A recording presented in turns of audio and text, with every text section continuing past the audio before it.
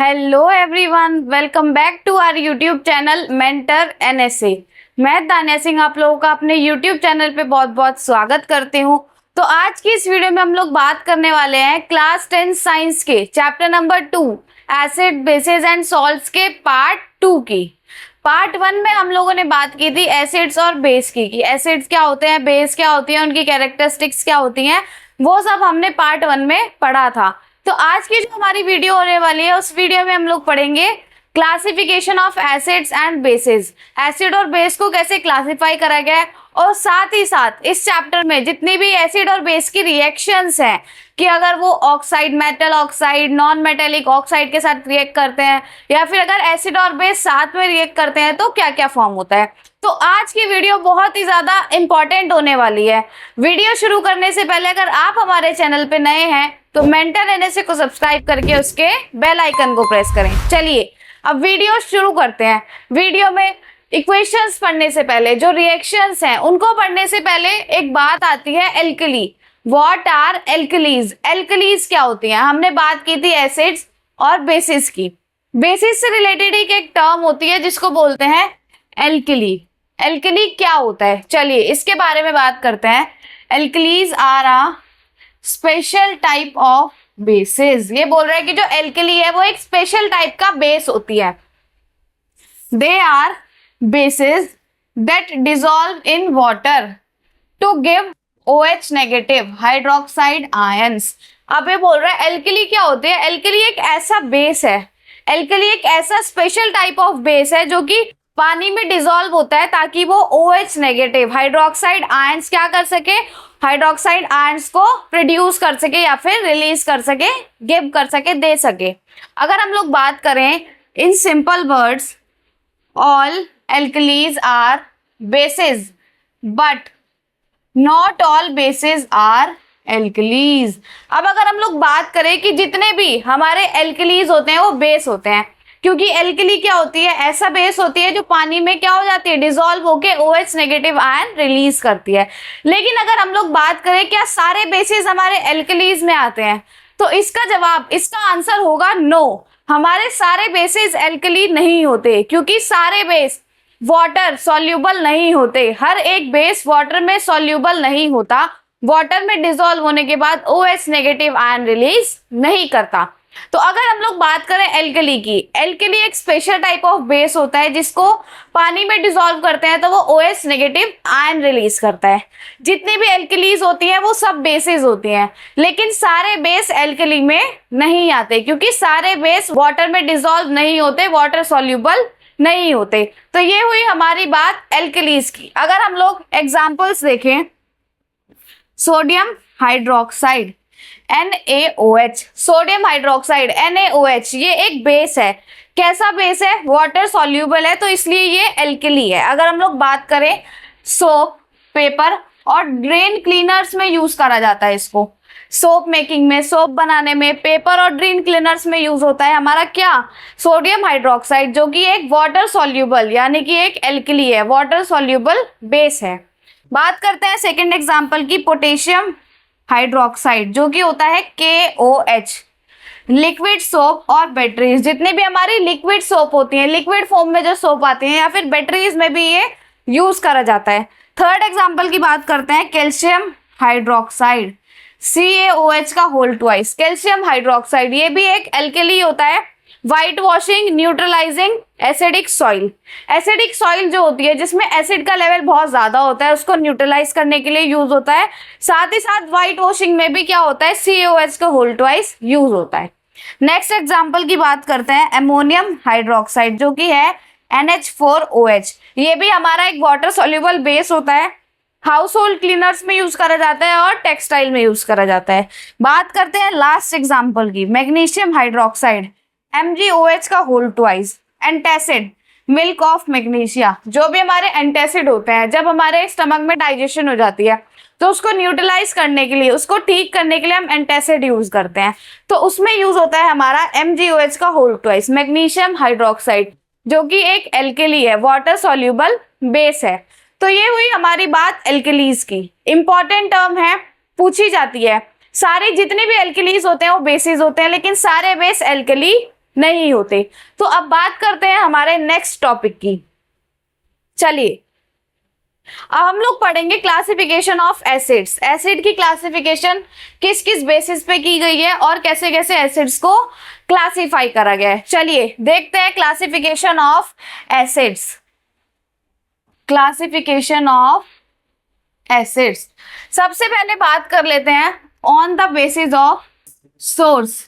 Source के basis पे acids को कैसे क्लासिफाई करा गया है। सोर्स के बेसिस पे मतलब वो उनका सोर्स क्या है, वो कहाँ से मिले हैं। तो अगर बात करें सोर्स के बेसिस पे एसिड्स को दो पार्ट में क्लासिफाई करा गया है। नंबर 1 पे है ऑर्गेनिक एसिड और नंबर 2 पे है मिनरल एसिड्स। अगर बात करें ऑर्गेनिक एसिड्स की तो ये फाउंड इन प्लांट्स और एनिमल्स। जितने भी ऑर्गेनिक एसिड्स होते हैं वो प्लांट और एनिमल्स में फाउंड होते हैं। अगर हम बात करें प्लांट्स और एनिमल्स दोनों ही नेचुरल फैक्टर हैं, तो इनका सोर्स जो है वो ये क्या कहाँ से मिलते हैं, नेचुरली मिलते हैं। अगर हम बात करें एग्जाम्पल की, सिट्रिक एसिड जो कि लेमन में प्रेजेंट होता है। सिट्रिक एसिड हमारा एक ऑर्गेनिक एसिड होता है। सेकेंड की बात करें तो एसिटिक एसिड जो कि विनेगर में प्रेजेंट होता है, ये भी हमारा एक ऑर्गेनिक एसिड है। ऐसा एसिड है जो नेचुरली मिलता है, प्लांट या एनिमल से मिलता है। सेकेंड की अगर हम लोग बात करें तो सेकेंड है हमारा मिनरल एसिड्स। सेकेंड है mineral acid made from minerals in lab. ये जो मिनरल एसिड है मिनरल्स से बनाए जाते हैं, लैब्स में बनाए जाते हैं, इसलिए क्या होते हैं, आर्टिफिशियल होते हैं, मतलब ये नेचुरली अकरिंग नहीं होते, इनको लैब्स में बनाया जाता है। मिनरल्स से बनाए जाते हैं लैब्स में।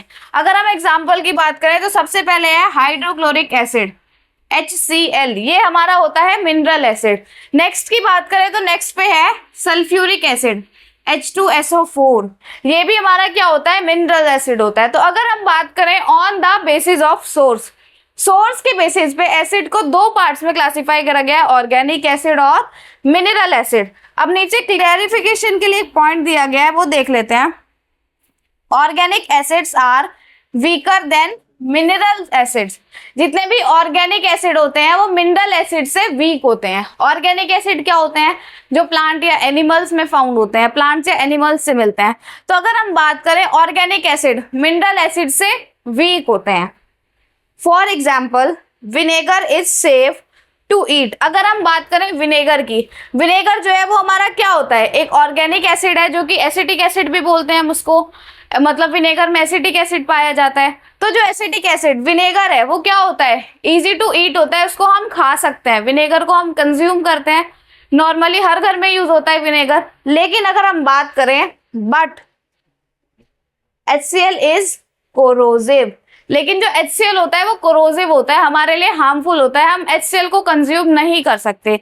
तो इसलिए जितने भी क्या होते हैं मिनरल एसिड होते हैं वो ज्यादा हार्मफुल होते हैं ऑर्गेनिक एसिड से। अगर हम बात करें मिनरल एसिड ज्यादा स्ट्रॉन्ग होते हैं ऑर्गेनिक एसिड से। तो ये हुई हमारी classification on the basis of source, source के बेसिस पे। नेक्स्ट क्लासिफिकेशन की बात करते हैं जो कि है on the basis of strength. Strength के बेसिस पे, स्ट्रेंथ मतलब डिग्री ऑफ आयनाइजेशन, कितने वो पानी में डिसॉल्व होते हैं, फुल्ली डिसॉल्व होते हैं, पार्शियली डिसॉल्व होते हैं, डिसॉल्व होते हैं या नहीं होते, उस बेसिस पे on the basis of strength. Strength का मतलब होता है डिग्री ऑफ आयनाइजेशन, मतलब वो कितना आयनाइज हो रहा है, वाटर में कितना डिसॉल्व हो रहा है। डिग्री ऑफ आयनाइजेशन के बेसिस पे भी एसिड्स को दो टाइप में क्लासिफाई करा गया है। नंबर 1 पे है स्ट्रॉन्ग एसिड और नंबर 2 पे है वीक एसिड। अगर हम लोग बात करें स्ट्रॉन्ग एसिड की, strong acids completely ionize in water. Strong acid ऐसे एसिड होते हैं जो कंप्लीटली आयनाइज हो जाते हैं, मतलब पानी में पूरी तरह डिसॉल्व होके क्या करते हैं, H पॉजिटिव आयन रिलीज करते हैं, उनको बोला जाता है स्ट्रॉन्ग एसिड। एग्जाम्पल्स की बात करें तो HCl, H2SO4 और HNO3, ये हमारे कुछ एग्जाम्पल्स हैं स्ट्रॉन्ग एसिड के, ये कंप्लीटली आयनाइज हो जाते हैं वाटर में। अगर बात करें वीक एसिड्स की, तो वीक एसिड क्या होते हैं, partially ionize in water, water में जाके पार्शियली आयनाइज होते हैं, पूरी तरह आयनाइज, पूरी तरह डिसॉल्व नहीं होते। मतलब अगर हम इन्हें वाटर में डालें तो ये पूरी तरह डिसोसिएट नहीं होते, पूरी तरह आयनाइज नहीं होते। एग्जाम्पल्स की बात करें CH3, COOH, H2CO3 carbonic acid. तो ये हमारे कुछ एग्जांपल्स हुए वीक एसिड के। On the basis of strength, strength के बेसिस पे मतलब उनकी आयनाइजेशन डिग्री क्या है, वो कैसे आयनाइज होते हैं, फुल्ली आयनाइज होते हैं, पार्शियली डिसोसिएट होते हैं, उस बेसिस पे दो टाइप्स के होते हैं, स्ट्रॉन्ग एसिड और वीक एसिड। अब बात कर लेते हैं थर्ड की। थर्ड है हमारा on the basis of concentration. On the basis of concentration, concentration के बेसिस पे। अब कंसंट्रेशन क्या होता है, amount of acid in water. अगर हमारे पास एक सॉल्यूशन है, क्या है, एक सॉल्यूशन है, तो उसमें वाटर के साथ एसिड की अमाउंट कितनी है, एसिड ज्यादा है या वाटर ज्यादा है, तो एसिड की concentration on the basis of concentration, concentration के बेसिस पे कि एसिड ज्यादा है या वाटर ज्यादा है। कंसंट्रेशन के बेसिस पे भी दो टाइप में इनको क्लासिफाई करा गया है। नंबर 1 पे है डाइल्यूट एसिड और नंबर 2 पे है कंसंट्रेटेड एसिड। सबसे पहले बात कर लेते हैं डाइल्यूट एसिड के बारे में। देखिए dilute acid, small amount of acid in more water. जो डाइल्यूट एसिड होते हैं, डाइल्यूट एसिड जो है वो एक ऐसा सॉल्यूशन होता है जिसमें वाटर जो है, वाटर की अमाउंट ज्यादा होती है और एसिड की अमाउंट कम होती है, उसको बोला जाता है डाइल्यूट एसिड। लेकिन अगर हम लोग बात करें कंसंट्रेटेड एसिड की, कंसंट्रेटेड एसिड ऐसे एसिड होते हैं जिनमें लार्ज अमाउंट ऑफ एसिड होता है और लेस अमाउंट ऑफ वाटर होता है। कंसंट्रेटेड एसिड में पानी कम होता है और एसिड की अमाउंट ज्यादा होती है, जबकि डाइल्यूट एसिड में पानी की अमाउंट ज्यादा होती है और एसिड की कंसंट्रेशन, एसिड जो है वो कम प्रेजेंट होता है। तो ये on the basis of concentration भी हमारे पास दो टाइप के एसिड्स होते हैं, दो टाइप में इनको क्लासिफाई करा गया है।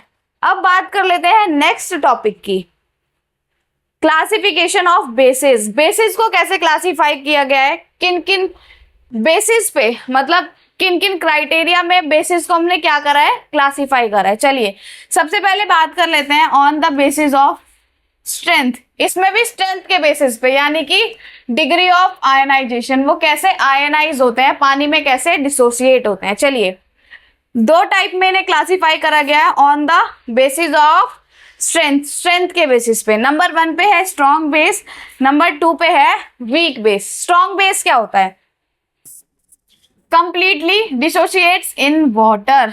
स्ट्रॉन्ग बेस ऐसे बेस होते हैं जो पानी में कंप्लीटली, पूरी तरह डिसोसिएट होके, पूरी तरह टूट के OH नेगेटिव आयन रिलीज करते हैं। एग्जाम्पल की बात करें तो NaOH सोडियम हाइड्रोक्साइड और KOH पोटेशियम हाइड्रोक्साइड, ये हमारे होते हैं स्ट्रॉन्ग बेस। लेकिन अगर हम लोग बात करें वीक बेस की, partially dissociates in water. Weak base ऐसे बेस होते हैं जो पानी में, वाटर में पूरी तरह डिसोसिएट नहीं होते, पूरी तरह टूटते नहीं हैं, पूरी तरह आयनाइज नहीं होते।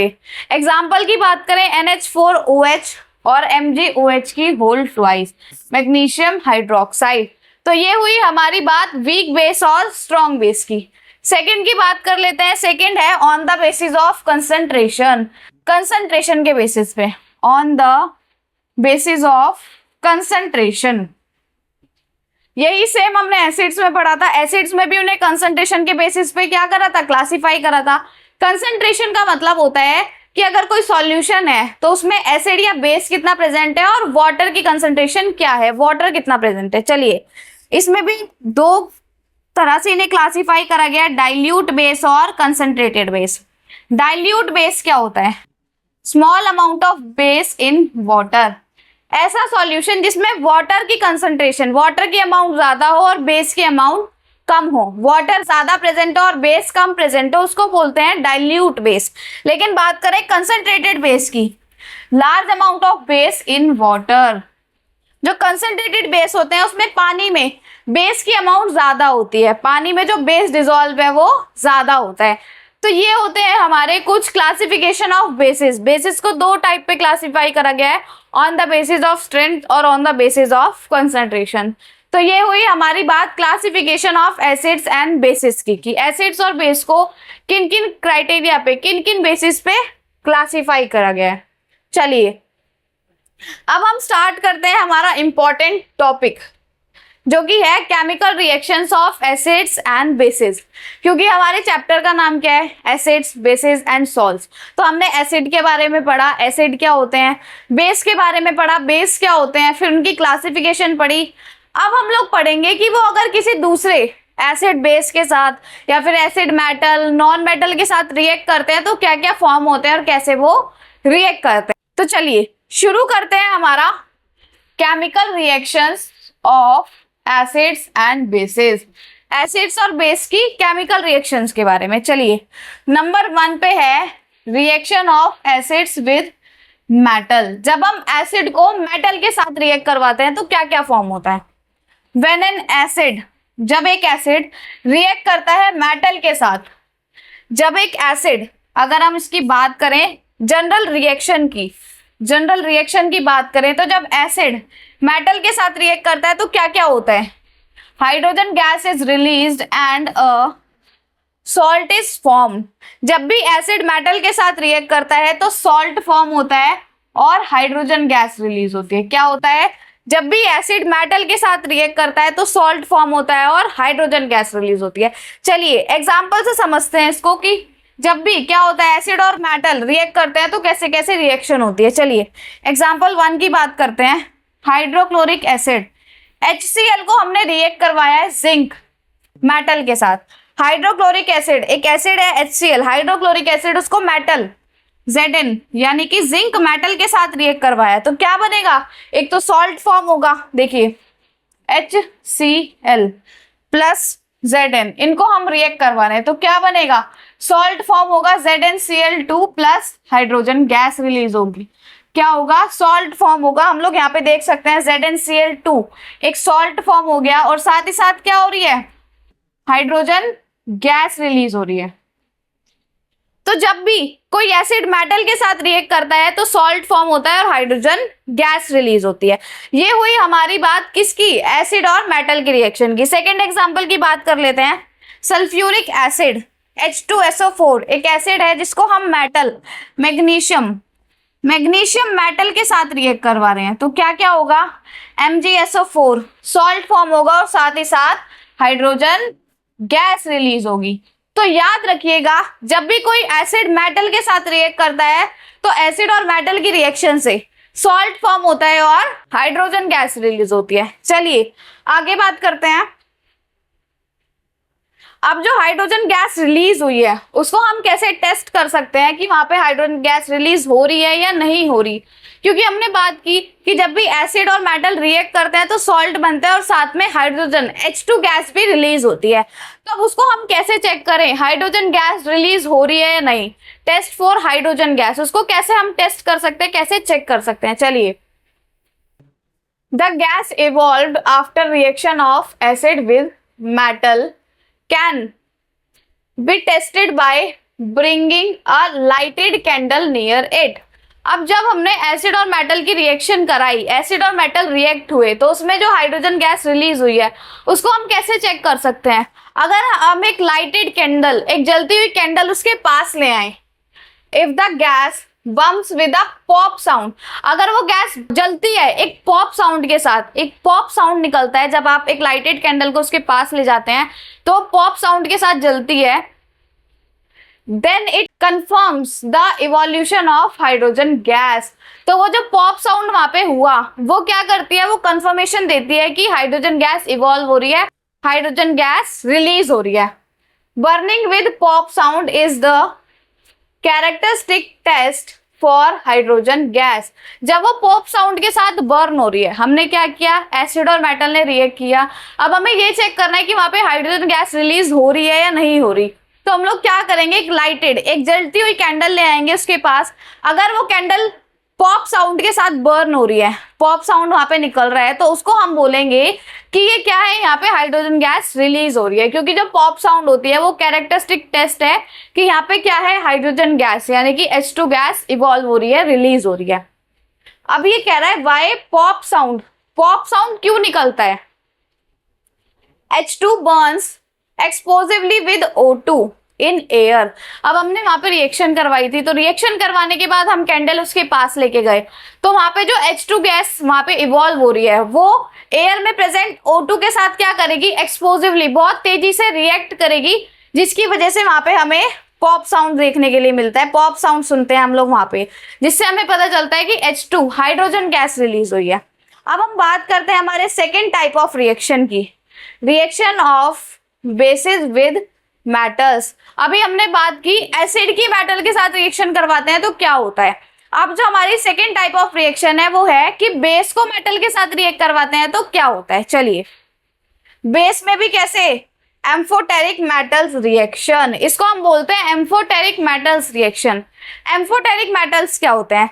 एम्फोटेरिक मेटल्स ऐसे मेटल्स होते हैं जो दोनों एसिड्स और बेस दोनों के साथ रिएक्ट करते हैं।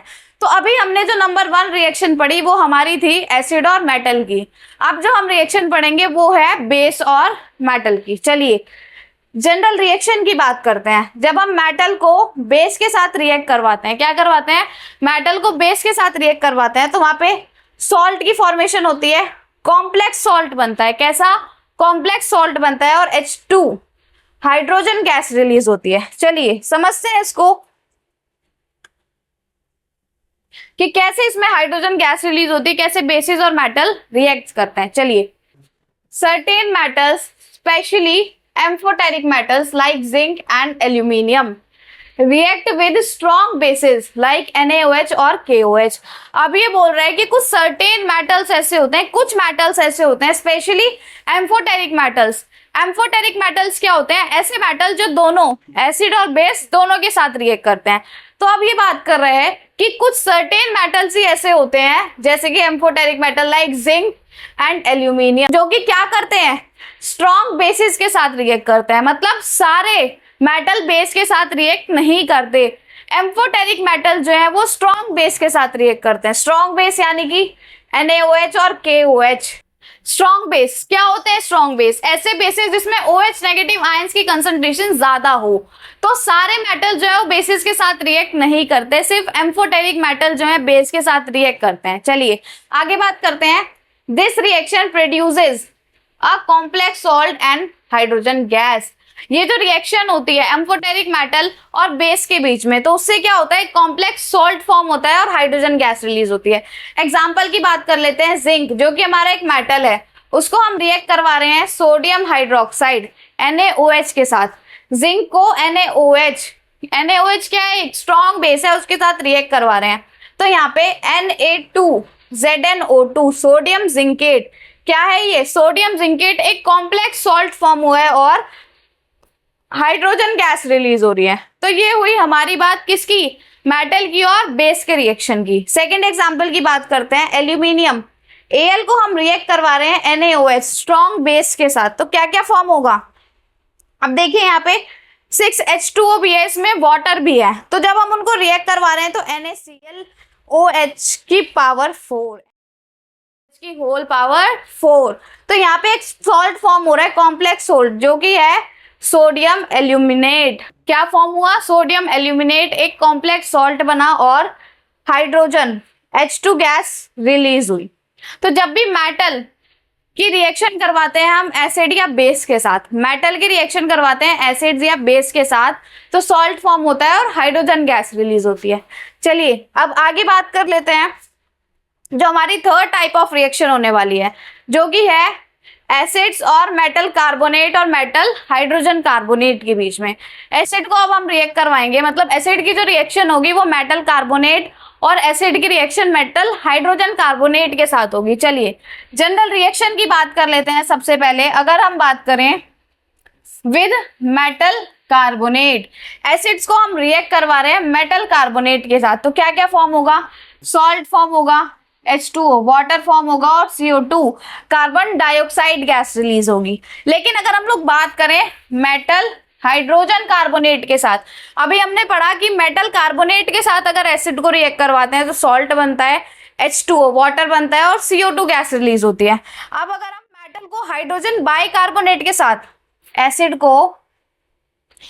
को मेटल हाइड्रोजन कार्बोनेट के साथ रिएक्ट करवाएं तो इसमें भी सेम होता है, सॉल्ट फॉर्म होता है, H2O वाटर फॉर्म होता है और CO2 carbon dioxide gas release होती है। देखिए यहाँ पे एक पॉइंट लिखा हुआ है, एसिड्स रिएक्ट विद कार्बोनेट्स और hydrogen carbonates to release carbon dioxide gas along with salt and water. ये बोल रहा है कि एसिड्स रिएक्ट करते हैं कार्बोनेट्स के साथ या फिर एसिड रिएक्ट करते हैं मेटल हाइड्रोजन कार्बोनेट के साथ, तो वो क्या करते हैं, CO2 गैस रिलीज करते हैं और साथ ही साथ सॉल्ट और वाटर की फॉर्मेशन होती है। चलिए इसको फटाफट से समझ लेते हैं एग्जाम्पल के साथ। ये जो हमारी रिएक्शन है इसको एग्जाम्पल के साथ समझते हैं। तो नंबर 1 पे है हाइड्रोक्लोरिक एसिड।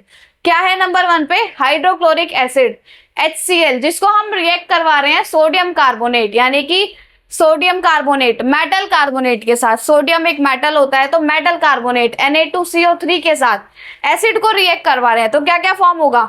NaCl, सॉल्ट बना, H2O, वाटर रिलीज हुआ और CO2 गैस इवॉल्व हो रही है।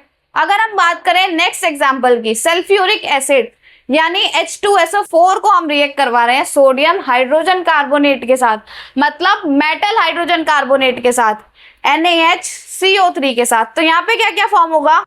Na2SO4, Na2SO4 सोडियम सल्फेट एक सॉल्ट बन गया, साथ ही साथ H2O वाटर रिलीज हो रहा है और CO2 कार्बन डाइऑक्साइड रिलीज हो रही है। तो याद रखिएगा जब भी एसिड को मेटल कार्बोनेट या मेटल हाइड्रोजन कार्बोनेट के साथ रिएक्ट करवाया जाता है तो वहां पे सॉल्ट की फॉर्मेशन होती है, वाटर की फॉर्मेशन होती है और साथ ही साथ CO2 carbon dioxide gas evolve होती है।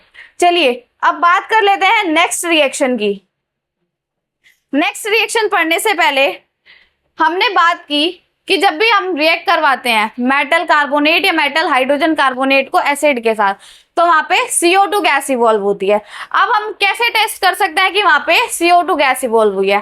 Test for evolution of carbon dioxide gas. जो कार्बन डाइऑक्साइड गैस इवॉल्व हुई है उसके इवोल्यूशन को कैसे टेस्ट कर सकते हैं? चलिए बात कर लेते हैं।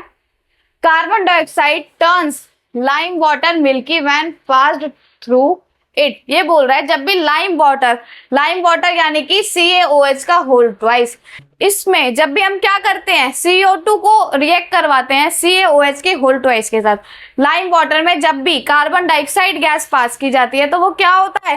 वो मिल्की हो जाता है। कैसे टर्न हो जाता है? वो मिल्की टर्न हो जाता है। कार्बन डाइऑक्साइड जो है वो लाइम वाटर को मिल्की बना देती है जब भी CO2 पास होती है लाइम वाटर से। देखिए CaOH का होल ट्वाइस, इसको लाइम वाटर बोलते हैं। लाइम वाटर में हम CO2 पास करवा रहे हैं, लाइम वाटर को रिएक्ट करवा रहे हैं CO2 के साथ, तो लाइम वाटर जो है वो CaCO3 यानी कि कैल्शियम कार्बोनेट में कन्वर्ट हो जाएगा, मिल्की हो गया। ये एक व्हाइट कलर का प्रेसिपिटेट फॉर्म हो जाएगा और साथ में वाटर रिलीज होगा। लेकिन on adding access of CO2, लेकिन जब हम इसमें बहुत ज्यादा एक्सेस ऑफ CO2 ऐड कर देते हैं तो मिल्कीनेस डिसअपेयर। तो जो इसकी मिल्कीनेस है वो डिसअपेयर हो जाती है, गायब हो जाती है। देखिए CaCO3 कैल्शियम कार्बोनेट H2O, उसको जब हमने CO2 दी, हम बहुत ज्यादा एक्सेस ऑफ CO2 उसमें ऐड कर रहे हैं तो क्या होगा? CaHCO3 की होल ट्वाइस यानी कि कैल्शियम हाइड्रोजन कार्बोनेट या कैल्शियम बाइकार्बोनेट बन जाएगा। इसकी जो मिल्कीनेस है वो गायब हो जाएगी, एक सॉल्यूबल सब्सटेंस बन गया जो कि वाटर में सॉल्यूबल होता है। तो याद रखिएगा जब भी लाइम वाटर में CO2 पास करी जाती है तो वो क्या कर देती है? उसको मिल्की बना देती है। लाइम वाटर में यानी कि CaOH के होल ट्वाइस में जब भी CO2 पास की जाती है तो वो उसको मिल्की बना देती है। चलिए अब बात करते हैं फोर्थ टाइप ऑफ रिएक्शन की, जिसमें कि हम एसिड को मेटल ऑक्साइड के साथ रिएक्ट करवाएंगे। एसिड्स को रिएक्ट करवाएंगे मेटल ऑक्साइड्स के साथ। चलिए जनरल रिएक्शन की बात करते हैं। एसिड को मेटल ऑक्साइड के साथ रिएक्ट करवाएंगे तो सॉल्ट फॉर्म होगा और वाटर रिलीज होगा। सॉल्ट फॉर्म होगा और वाटर रिलीज होगा। देखिए मेटल ऑक्साइड जो है वो बेसिक होते हैं नेचर में। कैसे होते हैं मेटल ऑक्साइड्स? बेसिक होते हैं वो नेचर में। They neutralise acid to form salt and water. अब हमने बात की मेटल ऑक्साइड्स कैसे होते हैं? बेसिक होते हैं। तो मेटल ऑक्साइड को जब हम एसिड के साथ रिएक्ट करवाएंगे, मेटल ऑक्साइड यानी बेस को जब हम एसिड के साथ रिएक्ट करवाएंगे तो उसको न्यूट्रलाइज कर देते हैं तो वहां पे सॉल्ट फॉर्म होता है और वाटर रिलीज होता है। चलिए एग्जाम्पल की बात करते हैं। हाइड्रोक्लोरिक एसिड HCl, जिसको हम रिएक्ट करवा रहे हैं कॉपर ऑक्साइड के साथ, HCl को रिएक्ट करवा रहे हैं CuO के साथ, तो क्या होगा यहाँ पे? CuCl2 सॉल्ट फॉर्म हो गया और H2O वाटर रिलीज हो गया, कॉपर क्लोराइड बन गया और वाटर रिलीज हो गया। चलिए अब आगे बात कर लेते हैं फिफ्थ रिएक्शन की, जो कि है reaction of base with non metal oxide. Non metal oxide को हम बेस के साथ रिएक्ट करवा रहे हैं। Reaction of basis with non metal oxides. General reaction की बात करते हैं। बेस को जब नॉन मेटल ऑक्साइड के साथ रिएक्ट करवाया जाता है तो सॉल्ट फॉर्म होता है और H2O वाटर रिलीज होता है। नॉन मेटल ऑक्साइड जो है वो एसिडिक होते हैं। हमने बात की थी मेटल ऑक्साइड बेसिक होते हैं, तो उन्होंने क्या करा था, वहां पे बेस ने एसिड को न्यूट्रलाइज करा था। यहाँ पे जो नॉन मेटेलिक ऑक्साइड है, जो नॉन मेटल ऑक्साइड है, वो एसिडिक होते हैं। तो जब हम उनको बेस के साथ रिएक्ट करवा रहे हैं तो यहाँ पे भी उसको न्यूट्रलाइज करेंगे, सॉल्ट और वाटर बनाएंगे। एग्जाम्पल से समझते हैं। कैल्शियम हाइड्रोक्साइड CaOH का होल ट्वाइस, हम इसको रिएक्ट करवा रहे हैं CO2 कार्बन डाइऑक्साइड के साथ, तो क्या होगा यहाँ पे CaCO3 calcium carbonate, salt form हो गया और वाटर H2O रिलीज हो रहा है। तो ये हुई हमारी रिएक्शन बेसिस और नॉन मेटेलिक ऑक्साइड की। नॉन मेटेलिक ऑक्साइड जो है वो एसिडिक होते हैं नेचर में, तो वो एसिड और बेस न्यूट्रलाइज करके सॉल्ट और वाटर फॉर्म करते हैं। अब बात करते हैं हमारी एसिड बेस की रिएक्शन की, जिसको न्यूट्रलाइजेशन रिएक्शन भी बोला जाता है। देखिए एसिड बेस न्यूट्रलाइजेशन रिएक्शन। अब अगर हम लोग एक बार चैप्टर 1 की बात करें, चैप्टर 1 में हमने पढ़ा था कि क्या होता है न्यूट्रलाइजेशन रिएक्शन। ऐसी रिएक्शन जिसमें एसिड और बेस रिएक्ट करते हैं, न्यूट्रलाइज होने की वजह से वहां पे सॉल्ट और वाटर की फॉर्मेशन होती है। तो सेम वही है एसिड और base neutralization reaction. General reaction की बात करें तो एसिड को बेस के साथ रिएक्ट करवाते हैं, सॉल्ट फॉर्म होता है और वाटर H2O वाटर रिलीज होता है। चलिए व्हेन एन एसिड, जब भी एक एसिड बेस के साथ रिएक्ट करता है तो वो न्यूट्रलाइज करते हैं एक दूसरे को, क्या फॉर्म करते हैं, सॉल्ट और वाटर फॉर्म करते हैं। चलिए एग्जांपल से समझते हैं।